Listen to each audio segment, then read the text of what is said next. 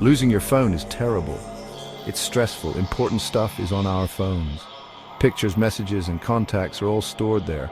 Our phones are also gateways to things like bank accounts.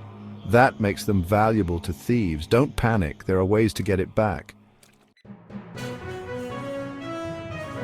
First, try calling your phone. Maybe someone found it. If it's lost, listen for the ringtone. Can't hear it? Use a friend's phone. Try Find My iPhone for Apple or Find My Device for Android.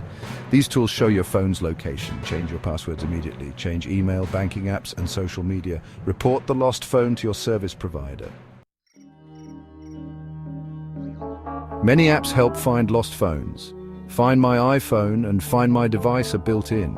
They can track, lock, or erase your phone remotely. Other apps like Cerberus offer extra features. These include taking pictures of the thief or recording audio. Don't confront someone who might have your phone. It could be dangerous. Contact the police if tracking shows your phone nearby. Share the location details you have.